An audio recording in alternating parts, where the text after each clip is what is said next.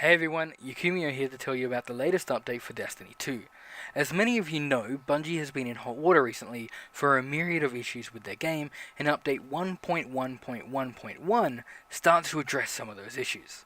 Last week, the first expansion for Destiny 2 was released, and it wasn't long before those without the expansion noticed something.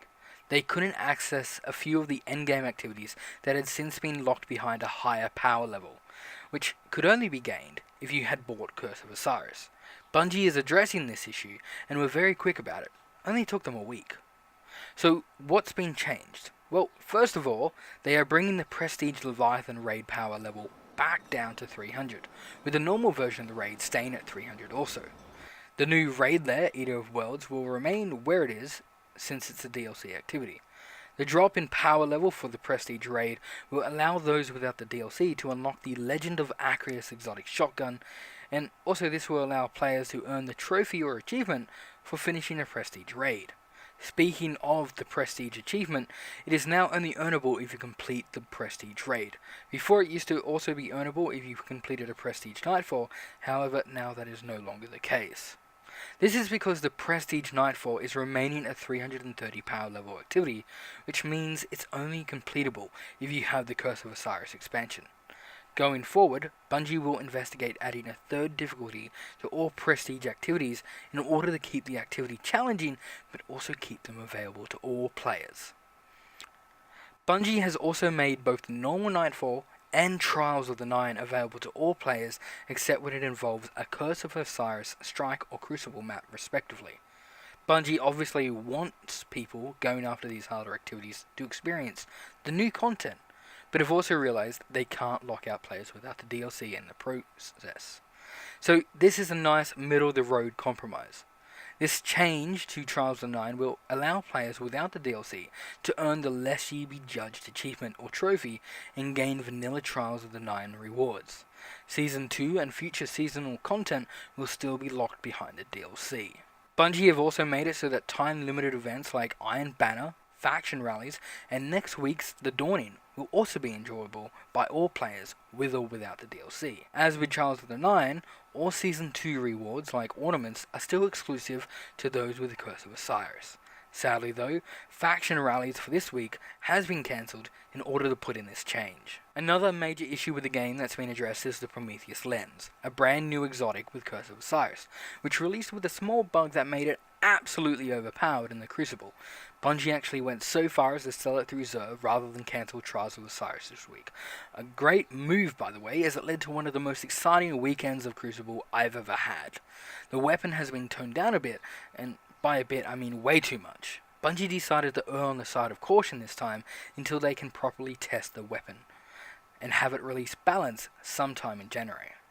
I will miss the OP Prometheus Lens. Finally, Bungie has done a lot of work to extend the endgame and make it more rewarding for players. This is far from finished, with Bungie promising more updates early next year. So how have Bungie altered the endgame for now?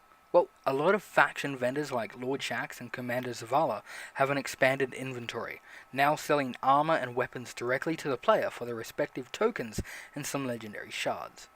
Armor pieces will always be available to buy, but weapons will rotate and will only be available for a limited time. You will have to unlock the different pieces by first handing in a heap of tokens and earning engrams. Thankfully, any engrams you've earned before the update will count, so for those of you who have been grinding the game since the start, you'll find pretty much everything already unlocked. Sadly, this function hasn't been extended to Benedict 99-40, the raid vendor, so you'll have to do 200 raid runs before you get that one hand cannon you've been grinding for. Sorry, I really want that hand cannon. Lord Shaxx and Commander Zavala now sell boons for legendary shards, which guarantee a reward for everyone involved in the activity, even if they're on the other team. Rewards range from extra faction tokens all the way up to exotics for everyone. Tess Everest also sells a gleaming boon for both Strikes and Crucible that will reward everyone in the activity with an item from the Eververse store. Xur has also seen an update with the addition of Fated Engrams, which will award you with an exotic that you don't already have unlocked, and a 3 of coins, which will make it more likely to get an exotic engram from any activity for 4 hours after redeeming. It appears that you will be able to buy only one fated engram per week based on this screenshot, although it's also called an isochronal engram here, so this may be outdated information. We'll have to wait for Xur to return this Friday to be sure. The last major change in version 1.1.1.1 is a new weapon class called Masterwork. Masterwork weapons are basically just legendary weapons with an extra perk. The ability to keep track how many enemies it's killed, and also produce orbs when you get a multi-kill. You can actually upgrade any legendary weapon into a Masterwork, as long as you have 10 Masterwork cores, which you can get from dismantling any Masterwork weapon, with between 1 and 3 cores dropping from each dismantle. Masterwork weapons will only drop after you've hit 250 power on a character. Also, Raid and Trials of the 9 weapons have a higher chance of dropping as Masterwork.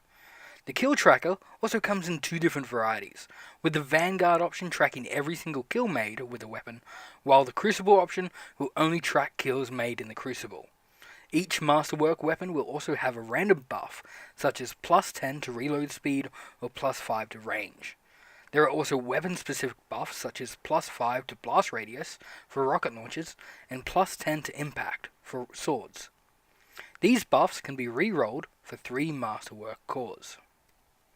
There are also a ton of smaller changes such as the exploit safeguard on region chests and resource nodes being relaxed so that it will take longer for the safeguard to activate, and even when it does, there is still a 30% drop rate for tokens rather than the 0% that existed before the update. Glimmer will now be unaffected by the safeguard, meaning you will always get Glimmer even if you don't get tokens. Also, vendors now only have flashing icons when you have enough tokens to redeem an engram, meaning you won't waste a trip to Bungie only to get 1 token away from your next engram. And that's all the major changes present in the December 12th update. The full patch notes will be available in the description if you want to read them for yourself. If you enjoyed the video, don't forget to like and subscribe. As a newer channel, this will help me out a lot. Thanks for watching.